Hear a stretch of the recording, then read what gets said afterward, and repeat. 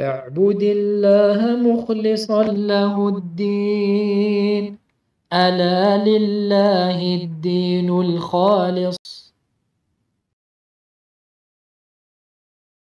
إن الحمد لله نحمده ونستعينه ونستغفره ونعوذ بالله من شرور أنفسنا ومن سيئات أعمالنا. من يهده الله فلا مضل له ومن يضلل فلا هادي له، وأشهد أن لا إله إلا الله وحده لا شريك له، وأشهد أن محمدا عبده ورسوله صلى الله عليه وعلى آله وصحبه وسلم. يا أيها الذين آمنوا اتقوا الله حق تقاته ولا تموتن إلا وأنتم مسلمون. يا أيها الناس اتقوا ربكم الذي خلقكم من نفس واحدة وخلق منها زوجها وبث منهما رجالا كثيرا ونساء، واتقوا الله الذي تساءلون به والأرحام إن الله كان عليكم رقيبا. يا أيها الذين آمنوا اتقوا الله وقولوا قولا سديدا يصلح لكم أعمالكم ويغفر لكم ذنوبكم، ومن يطع الله ورسوله فقد فاز فوزا عظيما. أما بعد، فإن أصدق الحديث كتاب الله، وخير الهدي هدي محمد صلى الله عليه وسلم، وشر الأمور محدثاتها، وكل محدثة بدعة، وكل بدعة ضلالة، وكل ضلالة في النار. اللهم علمنا ما ينفعنا وانفعنا بما علمتنا وزدنا علما نافعا وعملا صالحا. وإخوتي في الله، ما زال حديثنا موصولا في دراسة تفسير القرآن الكريم للعلامة العثيمين رحمه الله تعالى. ما زلنا في تفسير سورة الذاريات. نعم، إن شاء الله. رشيد اقرأ إن شاء الله. من قوله قال فما خطبكم أيها المرسلون. أعوذ بالله من الشيطان الرجيم. قال فما خطبكم نعم. أيها المرسلون. قال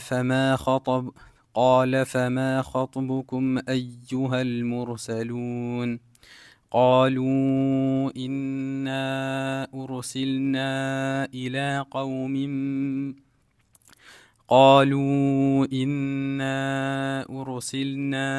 إلى قوم مجرمين لنرسل عليهم حجارة من طين مسومة عند ربك للمسرفين.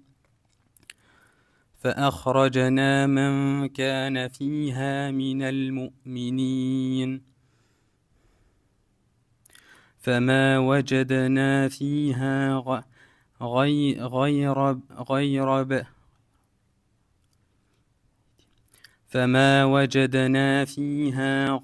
بيت من المسلمين، وتركنا فيها آية للذين يخافون العذاب الأليم. Le niveau il est bas, le niveau de lecture il est bas. Pourtant il y a des cours le matin, le mardi matin et le jeudi matin. Et ça fait un mois où il n'y a personne. Plus d'un mois, presque 2 mois où il n'y a personne, comme si personne n'en avait besoin. Et quand je fais lire, c'est presque une catastrophe. C'est presque une catastrophe. On dirait on ne sait pas lire. Jibril, اقرأ.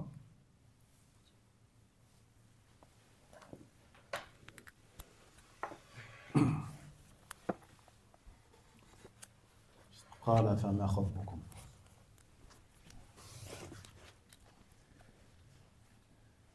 أعوذ بالله من الشيطان الرجيم. قال فما خطبكم أيها المرسلون. قالوا إنا أرسلنا إلى قوم مجرمين لنرسل عليهم حجارة من طين مسومة عند ربك للمسرفين. فأخرجنا من كان فيها من المؤمنين فما وجدنا فيها غير بيت من المسلمين وتركنا فيها آية للذين يخافون العذاب الأليم. مهدي. أعوذ بالله من الشيطان الرجيم. قال فما خطبكم أيها المرسلون؟ قالوا إنا أرسلنا إلى قوم مجرمين لنرسل عليهم حجارة من طين مسومة عند ربك للمسرفين فأخرجنا من كان فيها من المؤمنين فما وجدنا فيها غير بيت من المسلمين وتركنا فيها آية للذين يخافون العذاب الأليم. Ahsant, ممتاز. Surtout que vous saviez qu'on allait faire ce passage. Ce n'est pas un contrôle surprise. C'est pas un contrôle surprise. Vous savez qu'on allait faire ce passage. Ça fait combien de semaines qu'on est sur cette sourate? Vous saviez qu'on allait faire ce passage. Donc c'est simple. J'ai une semaine pour préparer le passage. Une semaine. Ça va, c'est assez long, une semaine, je pense. Non. C'est pas sérieux. On a parlé de ça il n'y a pas longtemps sur les compétences, les qualités que doit avoir celui qui prétend apprendre, qui prétend vouloir évoluer, progresser dans la science. Donc si même le passage qu'on va expliquer, tu ne le révises pas pendant la semaine, c'est qu'il y a un problème. On est là pour quoi? On n'est pas juste là pour écouter et rentrer chez soi et on continue la vie comme si on ne voulait pas progresser. Non, tu veux progresser, il faut prendre en compte les conseils qu'on te donne. La discipline, la rigueur, le sérieux, les efforts, travailler dur. Il n'y a pas de travail, c'est même pas travailler dur, il n'y a pas de travail. Il n'y a pas de travail. طيب فقال الله جل جلاله وتركنا فيها آية للذين يخافون العذاب الأليم. تركنا فيها آية أي علامة. تركنا فيها علامة. فما العلامة؟ ما هي هذه العلامة؟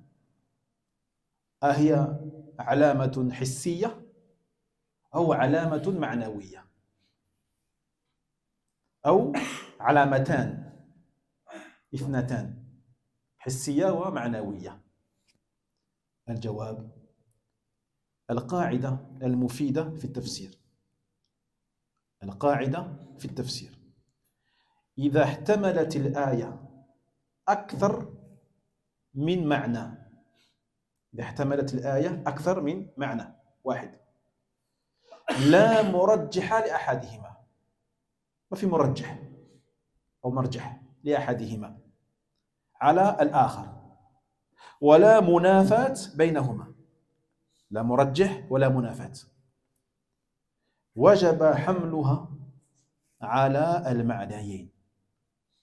وجب حملها على المعنيين جميعا. فهذه الآية إذن حسية ومعنوية.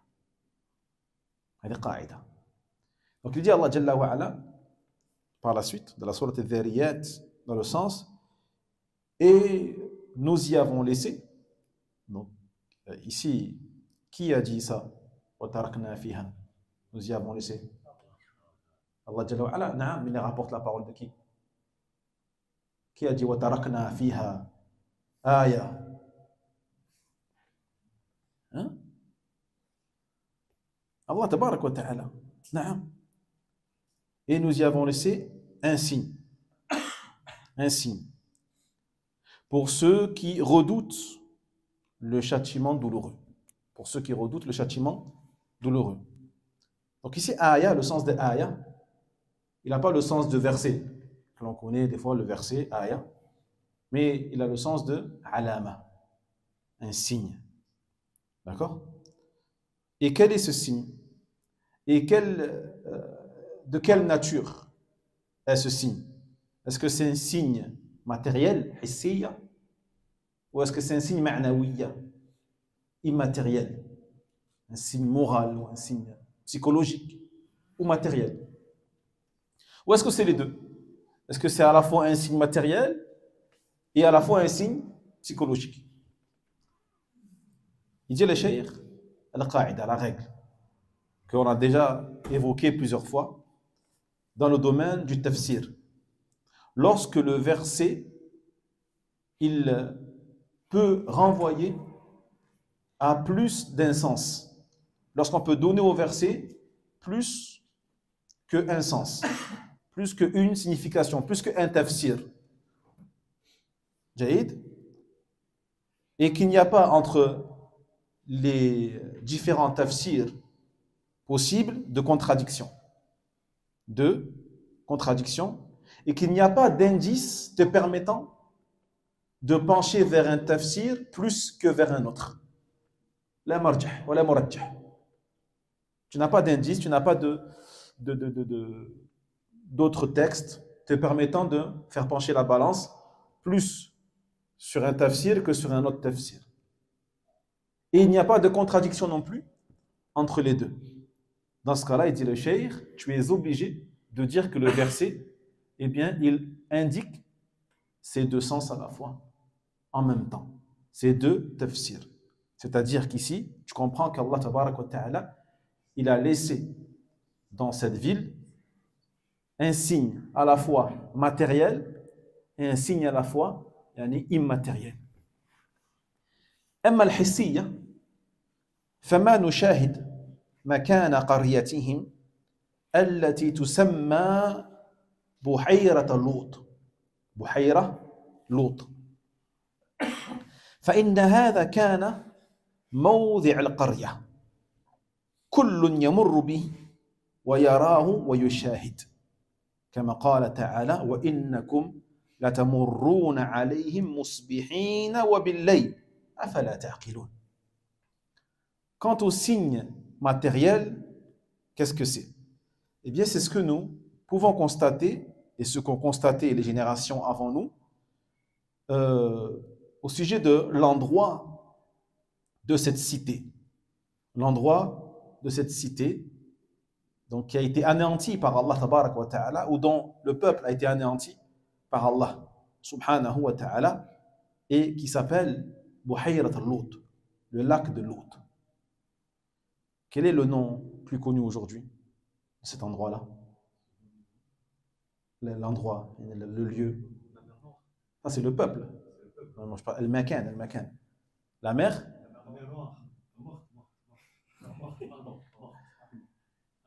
Vous voulez faire l'émission l'école des... C'est quoi? Question pour un champion? La mer Noire.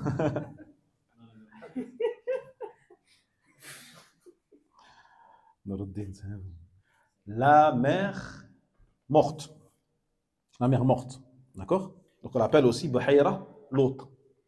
Buhayrat Lut. Jaïd. Donc c'est pas vraiment une mer en fait, c'est un lac. D'accord? C'est un lac. On appelle la mer morte. Donc c'était, comme l'ont dit les historiens, l'endroit donc de ce peuple anéanti par Allah tabarak wa ta'ala, qui était le peuple de Lut, alayhi salam. Jaïd. Et c'est pour cela d'ailleurs qu'Allah tabarak wa ta'ala il dit wa innakum latamurruna alayhim musbihin. Donc Allah jalla wa ala s'adresse donc aux Quraysh et il leur dit dans le sens, certes vous passez par cet endroit-là matin et soir.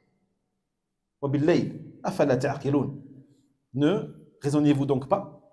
Parce que les Arabes de Quraysh, lorsqu'ils partaient vers le Sham, ils passaient par cet endroit-là. Ils passaient par cet endroit-là et ils voyaient donc l'endroit où se trouvait le peuple de Lut, alayhi salam.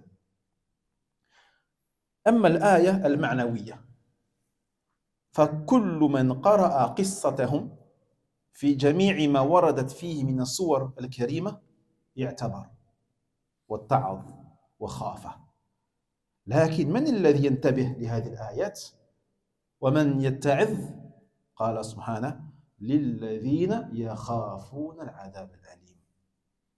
أما المنكرون الذين قست قلوبهم فإنهم لن ينتفعوا بالآيات.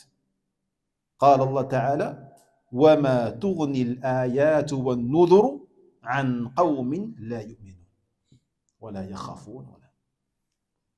فنسأل الله أن يجعلنا من المنتفعين بالآيات. Quant aux signes ma'nawiya, aux signes psychologiques, mentaux, donc immatériels, hissiya, ma'nawiya, matériel, immatériel. Ce signe immatériel et psychologique concerne tous ceux qui vont lire l'histoire de ce peuple, qui est le peuple de Lut alayhi salam. Jahid. Donc à chaque fois qu'il va tomber dessus dans une sourate qui l'évoque, eh bien il va tirer des leçons. Il va avoir peur, il va redouter eh bien le châtiment d'Allah tabarak wa ta'ala, il va se rappeler qu'il doit craindre Allah subhanahu wa ta'ala et qu'il doit s'éloigner des péchés dans lesquels sont tombés le peuple de Lut alayhi salatu wassalam. Mais ce n'est pas tous ceux qui entendent ces histoires-là qui en tirent des enseignements. C'est pour cela qu'Allah dit لِلَّذِينَ يَخَافُونَ الْعَذَابَ الْأَلِيمَ. Ce sont uniquement ceux qui redoutent le châtiment douloureux. Car ceux qui n'ont pas peur, ceux qui ne craignent pas Allah tabarak wa ta'ala, ceux qui ne redoutent pas le châtiment d'Allah tabarak wa ta'ala, ils peuvent entendre matin et soir l'histoire de Qawm Lut, l'histoire du peuple de Ad, l'histoire du peuple de Thamoud. Ils n'en tirent aucun profit. En tirent profit seulement ceux qui craignent le châtiment d'Allah tabaraka wa ta'ala, et non ceux qui ont le cœur yani qasiya, les cœurs durs, les cœurs insensibles au rappel d'Allah subhanahu wa ta'ala. C'est pour cela qu'Allah Jalla wa ala dit dans le sens: ni les versets ni les avertisseurs ne sont profitables à des gens qui ne croient pas. À des gens qui ne croient pas.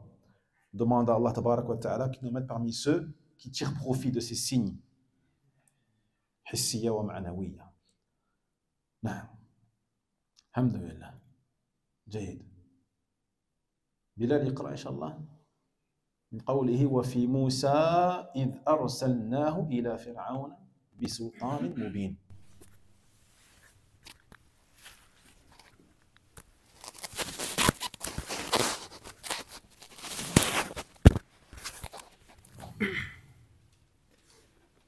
أعوذ بالله من الشيطان الرجيم. وفي موسى إذ أرسلناه إلى فرعون بسلطان مبين فتولى بركنه وقال ساحر أو مجنون فأخذناه وجنوده فنبذناهم في اليم وهو مليم. وفي عاد إذ أرسلنا عليهم الريح العقيم. وفي عاد إذ أرسلنا عليهم الريح العقيم. ما تذر من شيء أتت عليه إلا جعلته كالرميم. كيف جعلته؟ الريح جعلت ما تذر من شيء أتت عليه إلا جعلته كالرميم. ما تذر من شيء أتت عليه إلا جعلته كالرميم. نعم. ردين.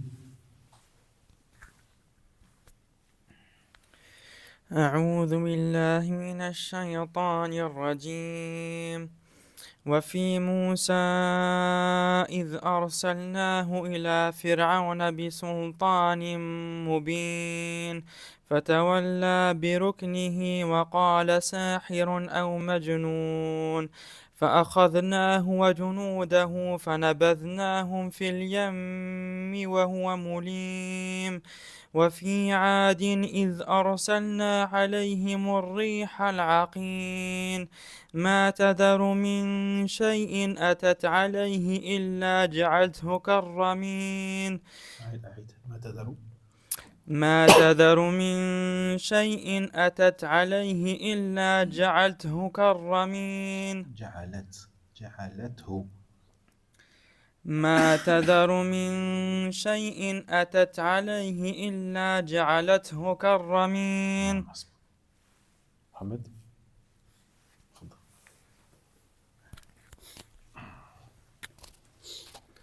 أعوذ بالله من الشيطان الرجيم. وفي موسى إذ أرسلناه إلى فرعون بسلطان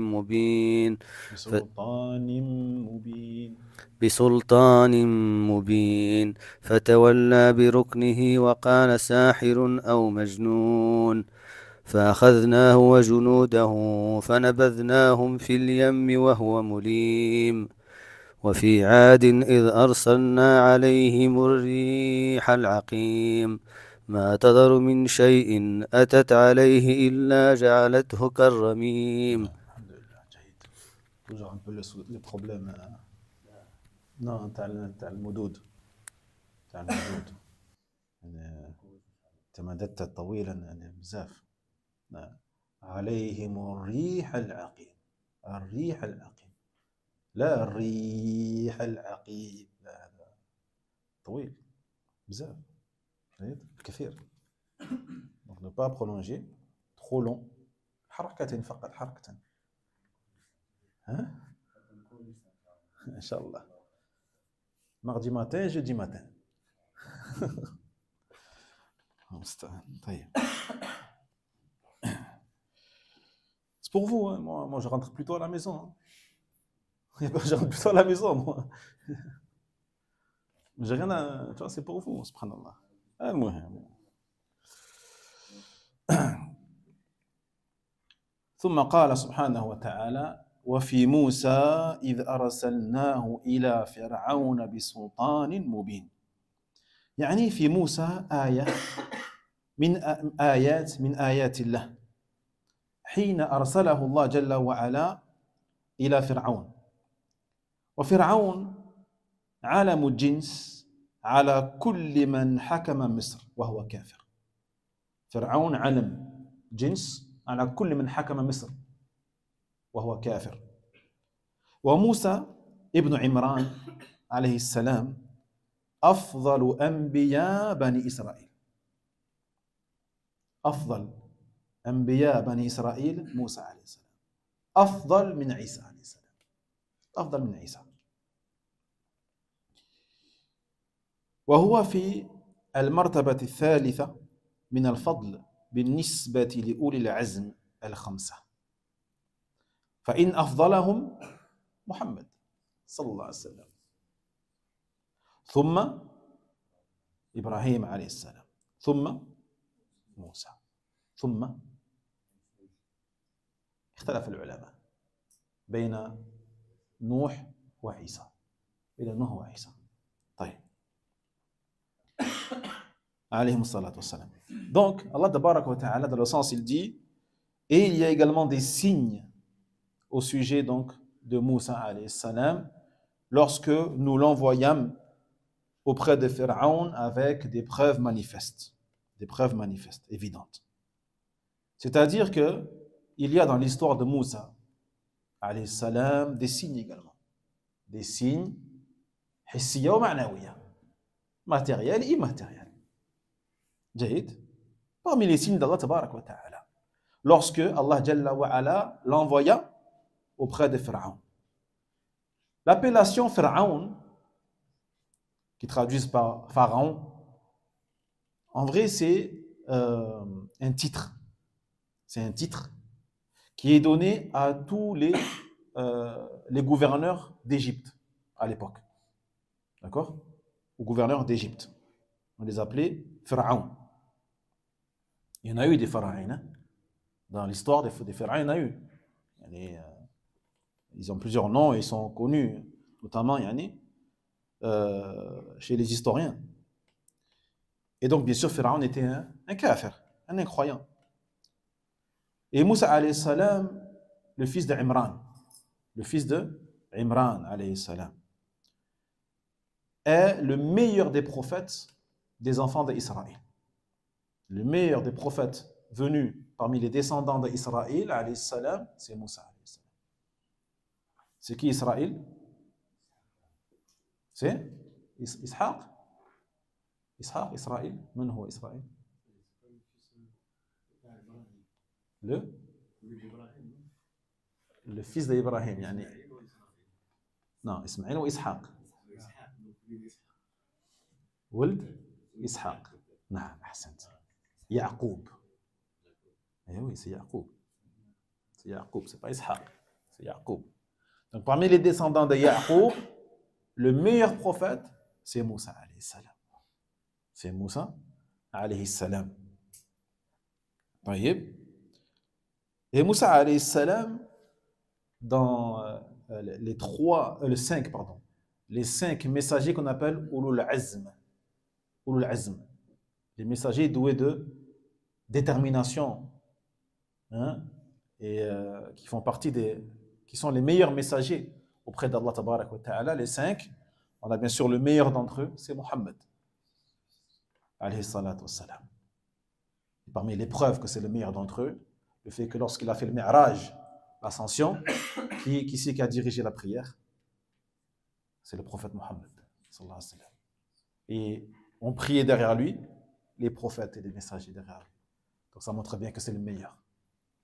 Et bien il a dit également dans un hadith, il a dit Ana sayyid al-nas yawm al-qiyamah. Je suis le maître des gens le jour de la résurrection. Donc ça montre bien que le meilleur d'entre eux c'est Muhammad alayhi salam.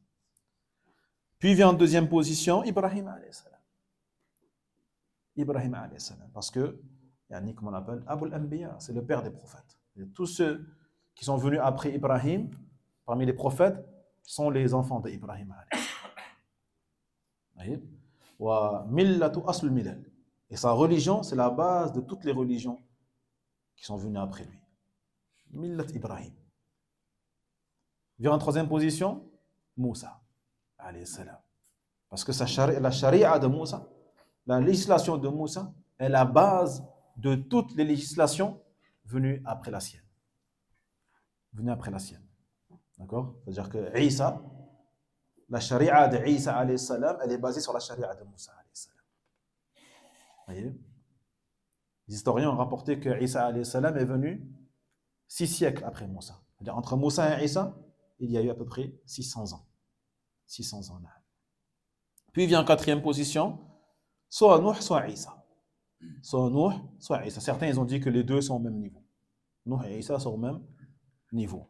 Allahu ta'ala a'lam. وكان فرعون جبارا. كان جبارا عاتيا. وفرعون ادعى الربوبية. كما قال جل وعلا فقال أنا ربكم الأعلى. وقال أيضا يا أيها الملأ ما علمت لكم من إله غيري.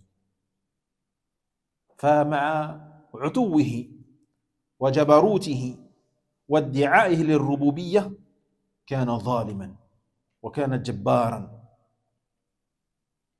يعذب بني إسرائيل، يعذب عذابا شديدا بني إسرائيل، ويتخذهم خدما للقبط لأهل مصر، ويقتل أبناءهم ويستحيي نساءهم، فيفتك بهم ويستذلهم مع أنهم من ذرية إسرائيل عليه السلام نبي الله، ولكن تسلط عليهم بجبروته وقوته، فاستخدمهم في أخص الحرف، في أخص الأعمال والخدمة من أجل إضعافهم. بحيث لا يستطيعون مقاومته. وقيل أيضا إنه يقتل أبناءهم لأنه يخشى أن يظهر منهم من يقاومه، أو أنه علم أنه سيبعث منهم نبي. أي نعم، فكان يقتل أبناءهم من أجل أن لا يخرج فيهم هذا النبي.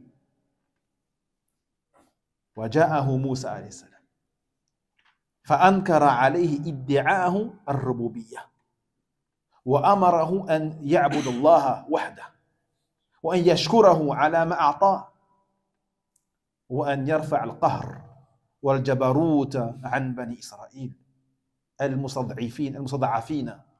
أرسله الله جل وعلا بمهمتين. المهمة الأولى الدعوة إلى التوحيد والإيمان. ومهمة ثانية وهي رفع الظلم عن المظلومين وهم بنو إسرائيل.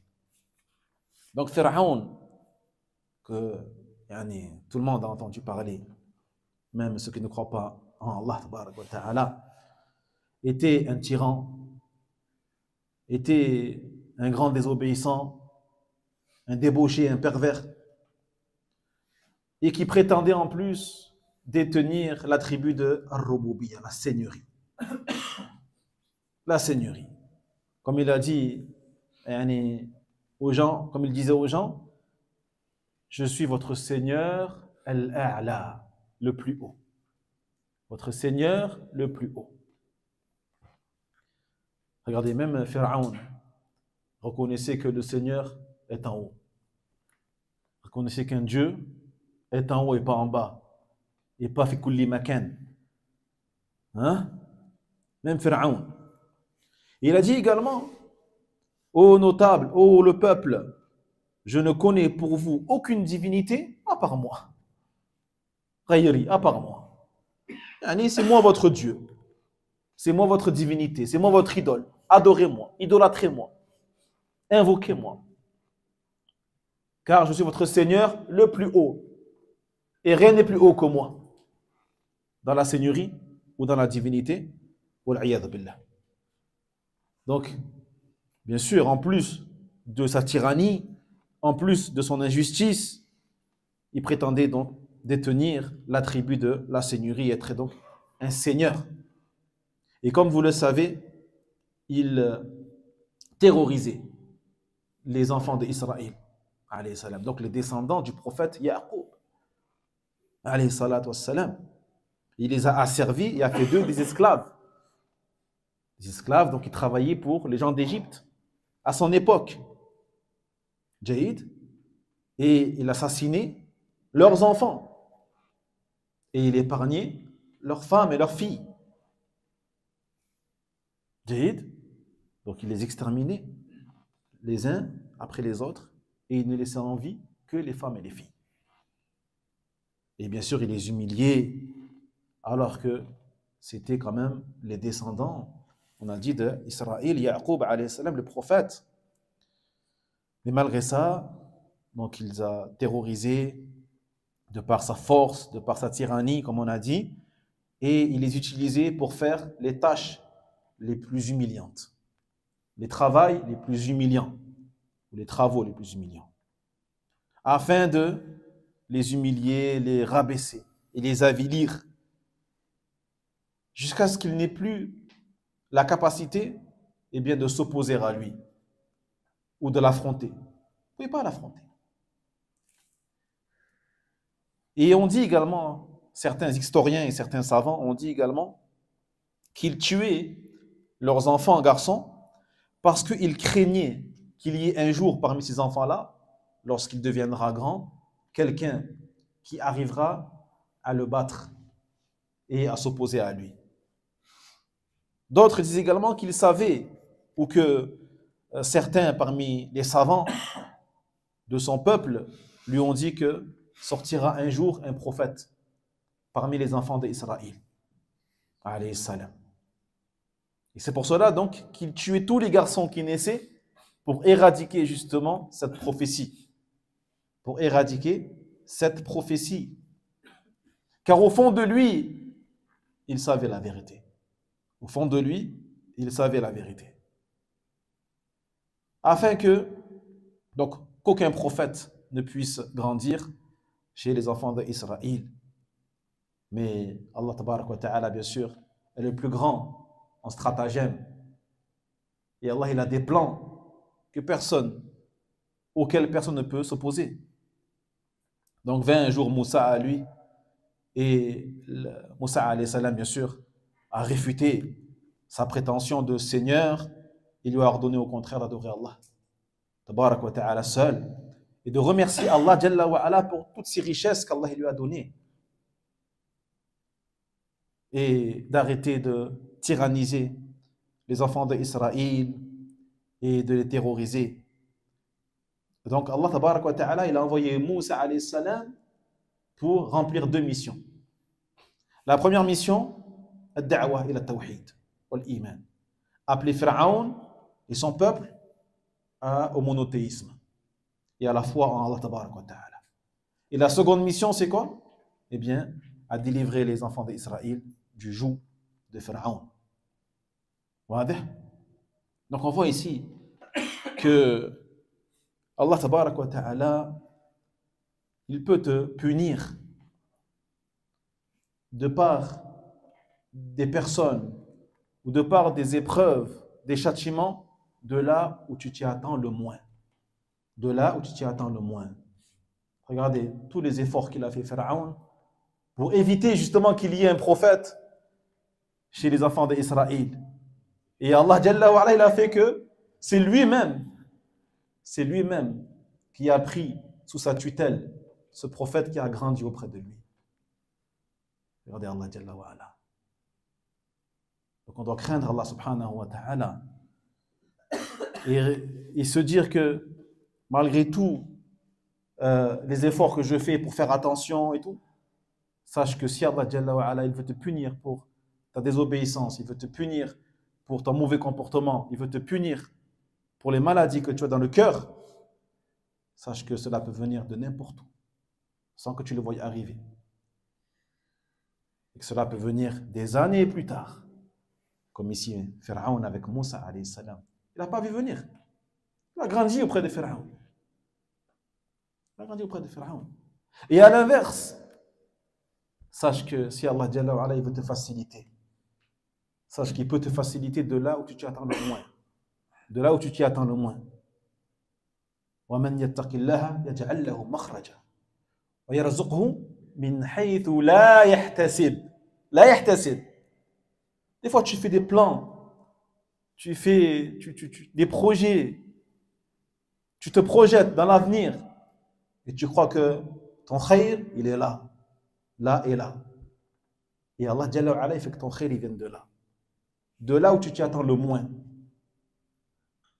Comme Pharaon, son châtiment, il est venu de là où s'y attendu le moins, c'est-à-dire Moussa alayhi salam. Subhanallah.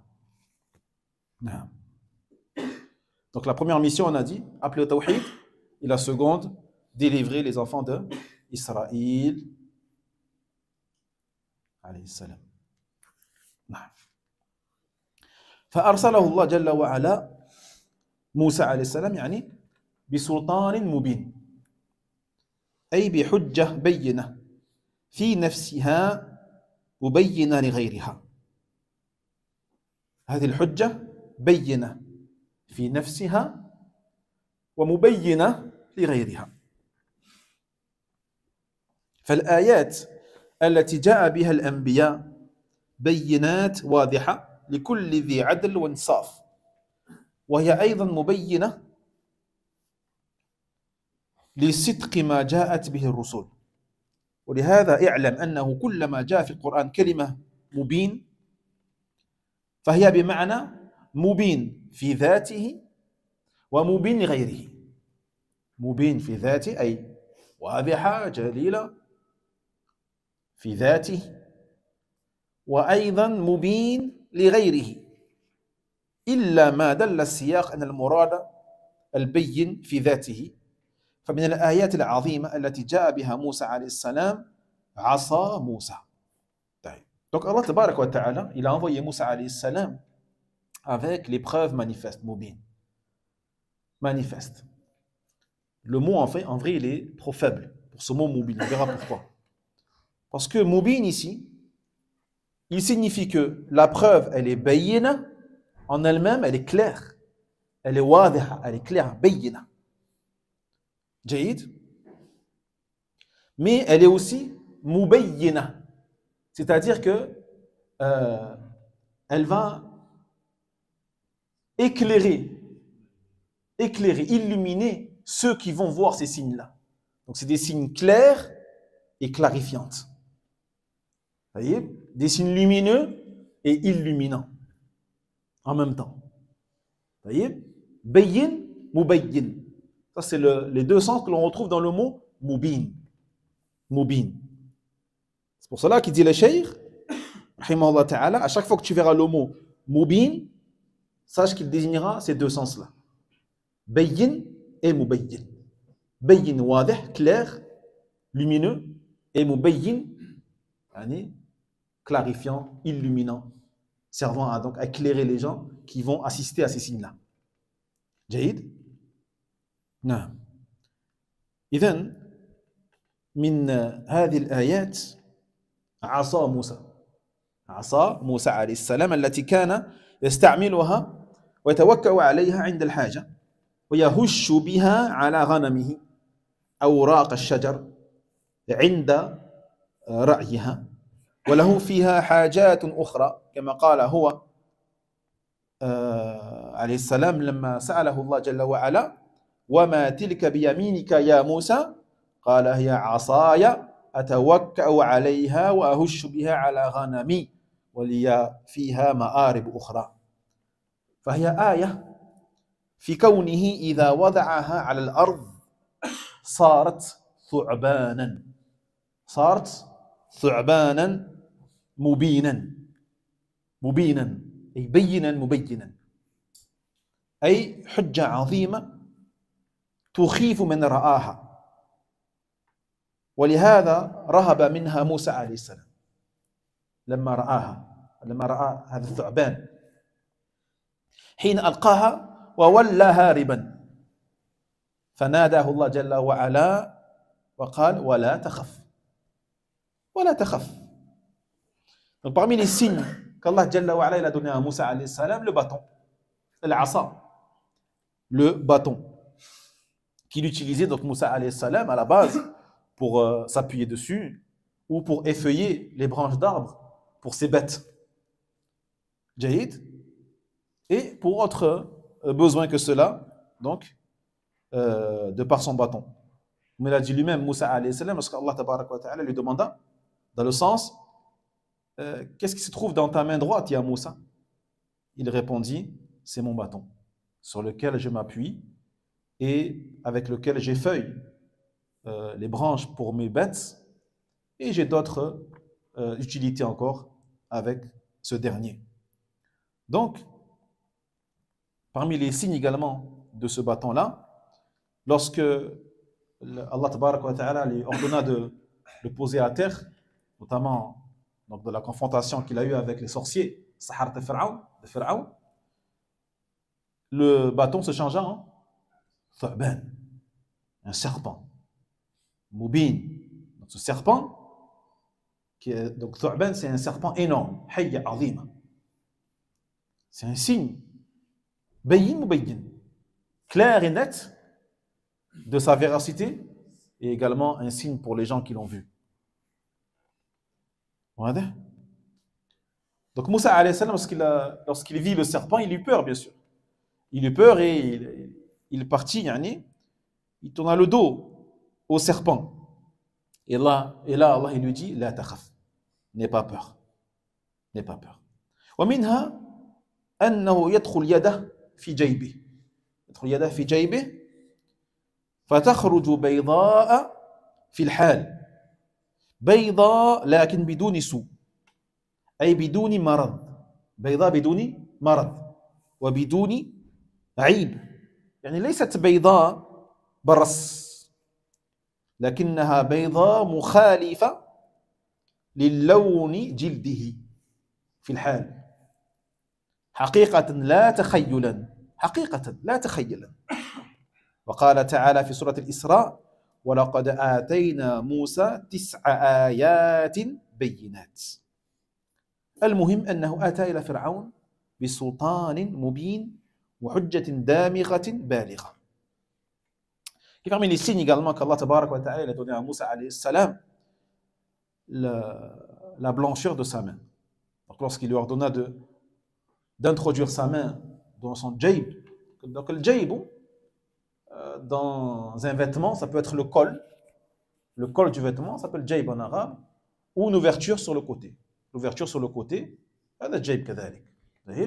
Donc, Allah Jalla wa Ala lui ordonna de rentrer sa main dans une ouverture de son vêtement. Et lorsqu'il l'a ressortie, elle était d'une couleur blanche. Une couleur blanche. Hein? Elle est différente de sa couleur de peau. Et ce n'est pas une blancheur qui était due à une maladie, comme certains lépreux, par exemple, qui peuvent avoir une maladie de la peau. Non, c'était une blancheur écarlate, très lumineuse, comme l'a rapporté Al-Hassan al-Basri, rahimahullah ta'ala. Et c'était une blancheur réelle, haqiqi, et pas imaginaire. Blancheur réelle que les gens, tout le monde pouvait constater. Et donc, alhamdulillah, Allah Jalla wa Ala, il a donné à Moussa alayhi salam plusieurs signes. Exactement, il lui a donné 9 signes. 9 ayat bayinat. 9 signes évidents et manifestes. Walhamdulillah. Fatawalla biruknihi. Ay Fir'aun. Fatawalla biruknihi. Ay biquwwatihi wa sultanihi wa jundihi. أعرض عن موسى استكبارا وجحودا وظلما وعدوانا. قال الله تعالى وجحدوا بها واستيقنتها أنفسهم ظلما وعلوا وقال ساحر أو مجنون. Donc, malgré tous ces signes avec lesquels Allah il a envoyé Moussa alayhi salam, il dit à Allah fatawalla birukni. Mais il s'est détourné. Il s'est détourné يعني بركنه أي بقوته, avec sa force, sa puissance et son armée. Il se détourna de Moussa alayhi salam par orgueil, par injustice et par hostilité pour la vérité. Alors qu'au fond de lui, il avait la certitude de la véracité de Moussa alayhi salam. Au fond de lui. Car Allah a dit وَجَحَدُوا بِهَا وَاسْتَيْقَنَتْهَا أَنفُسُهُمْ. Donc ils ont rejeté Moussa alayhi salam, mais au fond d'eux, leur fort intérieur avait la certitude de la véracité de Moussa alayhi salam. Ça veut dire qu'ils ont rejeté le message de Moussa alayhi salam avec leur langue. وَجَحَدُوا بِهَا بِأَلْسِنَتِهِمْ وَلَكِنَّهُمْ استيقنتها أنفسهم. Mais leur cœur savait que c'était la vérité. Leur cœur savait que c'était la vérité. Yaqinan, avec certitude en plus. Mais ils ont rejeté cela par injustice et par orgueil. وقال ساحر أو مجنون. يعني أنه اتهم موسى عليه السلام بأنه ساحر لأنه أتى بآيات تشبه ما يصنعه السحرة. عصا من خشب توضع في الأرض وتكون ثعبانا مبينا ويد يدخل في الجيب وتخرج بيضاء في الحال فهذا يشبه السحر. Donc Moussa alayhi salam, pour le décrédibiliser, donc malgré, on a dit, le fait qu'il croyait, qu'il savait que c'était la vérité, pour justement ne pas perdre la face devant son peuple et pour décrédibiliser Moussa alayhi salam, eh bien, il a comparé au sorcier.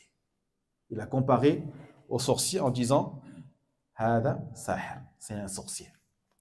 Jahid. Donc il a qualifié Moussa de sorcier, il l'a traité de sorcier parce que les signes avec lesquels est venu Moussa ressemblaient aux choses que faisaient les sorciers. Sauf que ce que faisaient les sorciers n'était que de l'illusion. N'était que de l'illusion. Hein? Alors que ce que faisait Moussa par la permission d'Allah tabaraka wa ta'ala était réel. C'était un vrai serpent. C'était une vraie blancheur. Ce n'est pas de l'illusion, ni des choses imaginaires. Taïeb. Walhamdulillah. On va s'arrêter là, Inch'Allah. Barakallahu fikum. Wallahu ta'ala a'la wa a'lam. سبحانك اللهم بحمدك اشهد ان لا اله الا انت استغفرك واتوب اليك بارك الله فيك. وينجي الله الذين اتقوا بمفازتهم لا يمسهم السوء ولا هم يحزنون